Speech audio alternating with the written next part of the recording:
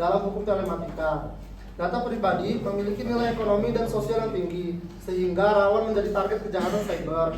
Di Indonesia, salah satu kasus terbesar mengundang perhatian publik adalah dugaan kebocoran data 279 juta peserta BPJS Kesehatan pada tahun 2021. Data tersebut mencakup nomor induk kependudukan, alamat, nomor telepon hingga gaji peserta, dan diduga diperjualbelikan di dark web. Kejadian ini memicu kekhawatiran terkait lemahnya sistem keamanan data serta efektivitas regulasi yang ada dalam melindungi privasi masyarakat. Oleh karena itu, kasus ini akan dianalisis menggunakan aspek-aspek hukum telematika untuk melihat sejauh mana aturan yang dapat mengatasi permasalahan kebocoran data serta bagaimana penyelesaiannya.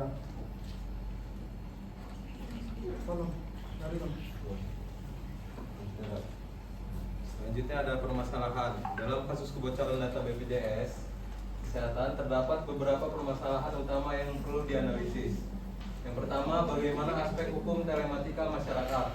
Kasus ini menunjukkan adanya celah dalam sistem perlindungan informasi baik dari segi teknologi maupun regulasi. Kedua, apakah regulasi yang ada seperti UU ITE dan UU PDP sudah cukup untuk mencegah serta menangani kebocoran data? Meskipun Undang-Undang PDP telah disahkan, implementasi dan penegakan hukumnya masih menjadi tantangan, terutama dalam pengawasan serta akuntabilitas pihak yang lalai dalam menjaga data pribadi. Selain itu, penting untuk mengkaji bagaimana mekanisme penyelesaian hukum yang tersedia. Saat ini masih terdapat keterbatasan dalam mekanisme pengaduan dan kompensasi bagi korban, sehingga banyak masyarakat yang dirugikan tanpa ada penyelesaian yang jelas.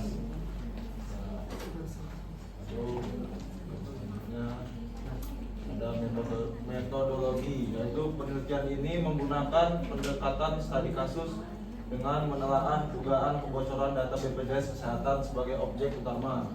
Sumber data yang digunakan berasal dari berita, laporan investigasi, serta regulasi yang mengatur perlindungan data pribadi. Analisis dilakukan dengan membandingkan kasus ini dengan peraturan yang berlaku, serta mengkaji berbagai aspek hukum yang telematika yang relevan. Melalui metode ini diharapkan dapat ditemukan solusi serta rekomendasi yang dapat meningkatkan perlindungan data pribadi di Indonesia.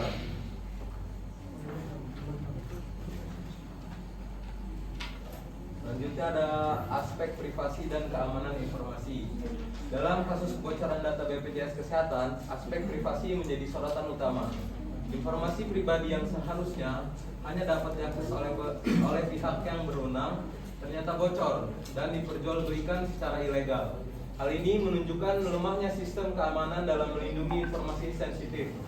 Berdasarkan Undang-Undang PDP, setiap pengelola data memiliki kewajiban untuk menjaga kerahasiaan dan keamanan data pribadi. Namun, dalam kasus ini, sistem keamanan BPJS Kesehatan tampaknya tidak cukup kuat untuk mencegah akses tidak sah. Aspek perlindungan data dari serangan tidak sah. Salah satu tantangan utama dalam hukum telematika adalah serangan cyber yang semakin canggih. Dalam kasus BPJS Kesehatan, dugaan kebocoran data menunjukkan bahwa sistem keamanan yang diterapkan belum mampu menghadapi ancaman cyber dengan optimal. Padahal regulasi seperti UU ITE dan UU PDP telah mengatur perlunya langkah-langkah teknis untuk mencegah serangan cyber. Lemahnya enkripsi data dan kurangnya pemantauan terhadap akses sistem menjadi salah satu faktor yang memungkinkan kebocoran data ini terjadi.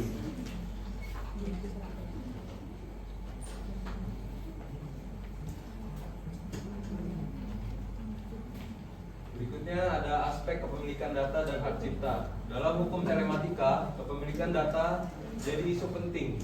Data pribadi sejatinya adalah memiliki individu, bukan milik institusi atau pemerintah. Oleh karena itu, individu memiliki hak untuk mengetahui bagaimana datanya dikelola dan siapa saja yang memiliki akses. Dalam kasus BPJS Kesehatan, kebocoran data menunjukkan adanya kelalaian dalam perlindungan hak pemilik data. Undang-Undang PDP sebenarnya mengatur bahwa setiap institusi yang mengelola data pribadi harus meminta izin kepada pemilik data sebelum menggunakan informasi tersebut. Namun dalam praktiknya, regulasi ini belum sepenuhnya diimplementasikan dengan baik. Selanjutnya adalah aspek penggunaan teknologi telematika, yang mana teknologi telematika mencakup berbagai sistem komunikasi digital termasuk layanan online dan telepon seluler. Dalam kasus kebocoran data BPJS Kesehatan, data yang bocor dapat digunakan untuk berbagai kejahatan berbasis teknologi, seperti penipuan digital dan pencurian identitas. Hal ini menunjukkan bahwa perlindungan terhadap penggunaan teknologi telematika perlu diperkuat agar tidak disalahgunakan oleh pihak yang tidak bertanggung jawab. UU ITE telah mengatur batasan dalam penggunaan data pribadi, tetapi diperlukan mekanisme implementasi yang lebih ketat untuk mencegah penyalahgunaan data dalam ruang digital. Terus kita masuk dalam aspek yang lebih penting, yaitu aspek penyelesaian sengketa.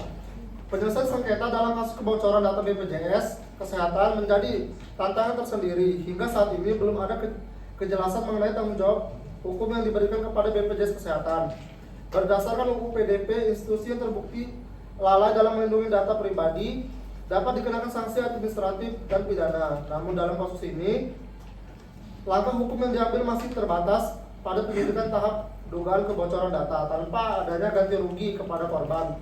Oleh karena itu diperlukan mekanisme penyelesaian sengketa yang lebih efektif dan memberikan perlindungan hukum kepada masyarakat yang dirugikan akibat kebocoran data. Kita sekarang masuk ke kesimpulan dan saran. Kasus kebocoran data BPJS Kesehatan menunjukkan bahwa perlindungan data pribadi di Indonesia masih menghadapi berbagai tantangan, baik dari aspek regulasi maupun implementasi keamanan. Regulasi seperti UU PDP sudah mengatur perlindungan data pribadi, tetapi pengawasan dan penerapan hukum masih perlu diperkuat. Untuk mencegah kejadian serupa di masa depan, diperlukan peningkatan standar keamanan cyber bagi institusi yang mengelola data pribadi. Selain itu, mekanisme penyelesaian sengketa harus diperjelas agar korban kebocoran data mendapatkan perlindungan hukum yang lebih baik. Dengan langkah-langkah ini diharapkan sistem perlindungan hukum yang lebih baik. Dengan langkah-langkah ini diharapkan sistem perlindungan data di Indonesia dapat lebih kuat dan mampu menghadapi ancaman kejahatan cyber dan terus berkembang. Sekian presentasi dari kelompok kami. Kami harap teman-teman dapat memberikan masukan, kritik dan saran dan berbagi pertanyaan. Dipersilakan kepada teman-teman. Dua orang. Ya, silakan. Perkenalkan diri, nama saya Salsabila dari kelompok 4. Bagaimana sih jika kebijakan UU ITE dan UU PDP ini kan belum maksimal banget kan? Apakah perlu ada dibuat regulasi aturan baru terkait untuk cybernya? Ini kan BPJS kan, terkait data BPJS-nya. UU ITE sama PDP kan belum maksimal buat menangani cyber di BPJS ini. Perlu nggak sih ada regulasi aturan baru buat jadi defense para yang mengalami kebocoran data ini?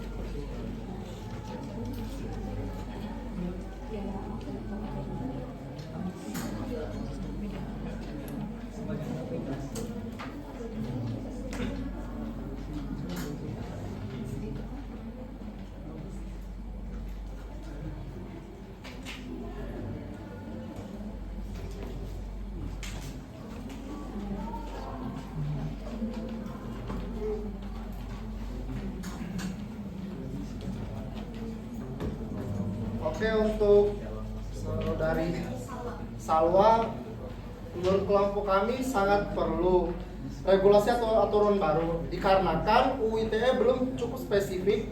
UU ITE Undang Nomor 11 Tahun 2008 yang telah beberapa kali direvisi tidak secara eksplisit mengatur mekanisme perlindungan data pribadi. Sedangkan untuk UU PDP perlindungan data pribadi baru ada tahun 2022. UU Nomor 27 Tahun 2022 tentang perlindungan data pribadi sudah menjadi langkah besar, namun peraturan pelaksanaannya masih belum lengkap atau belum efektif diberlakukan secara menyeluruh. Terima kasih. Jadi intinya sangat perlu untuk diperbarui sih ke depannya. Oke, thank you. Selanjutnya ada. Oke. Sebelumnya izin memperkenalkan diri, nama saya Nisati Urnauli Marbun dengan NPM 22120114331. Nah, izin bertanya, kan tadi di situ beritanya tahun 2021 yang dimana kalian itu buatnya tentang undang-undang PDP yang dimana juga UU PDP ini itu nomor 27 tahun 2022. Nah, itu kan yang dimana tahun 2001 sama 2022 itu kan beda 1 tahun nih. pasti kalau kata kalian itu kurang efektif. Nah, saya melihat lagi ada undang-undang sebelum adanya PDP itu. Nah, menurut kalian itu ada apa namanya undang-undang di mana yang mengatur tentang adanya selain UU ITE? Oke, makasih sebelumnya Kak, tapi kami pendosen. Ya. Bisa diperjelas lebih singkat kan? Ya, undang-undang lain selain UU ITE itu Undang-undang yang bukan UU PDP.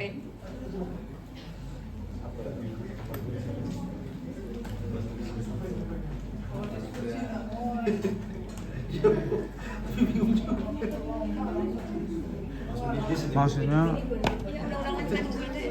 Iya. Gimana? Singkatnya gimana Kak? Undang-undang apa? Undang-undang selain undang-undang selain UU PDP itu apa? Oh, Iya. oke. Kan karena PDP itu nggak ada.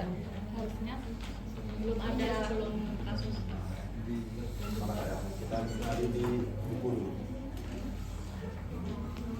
Kan nggak efektif. Tapi emang nggak ada.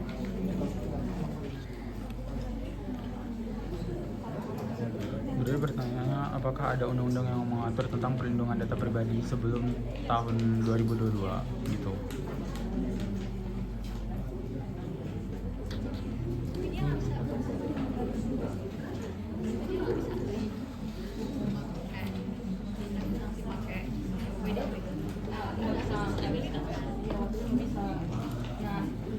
Nggak mungkin juga.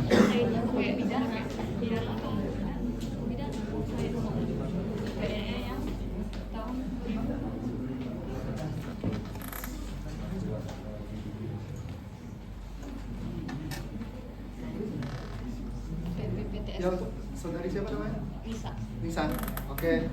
Untuk teman kita saudari Nisa, tadi pertanyaannya selain UU PDP ya. Tahun 2022. Ya tadi kan. Sebelumnya kan.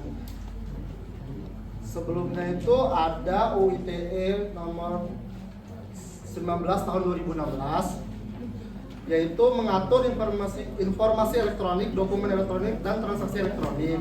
Terus selanjutnya ada UU nomor 36 tahun 1999 tentang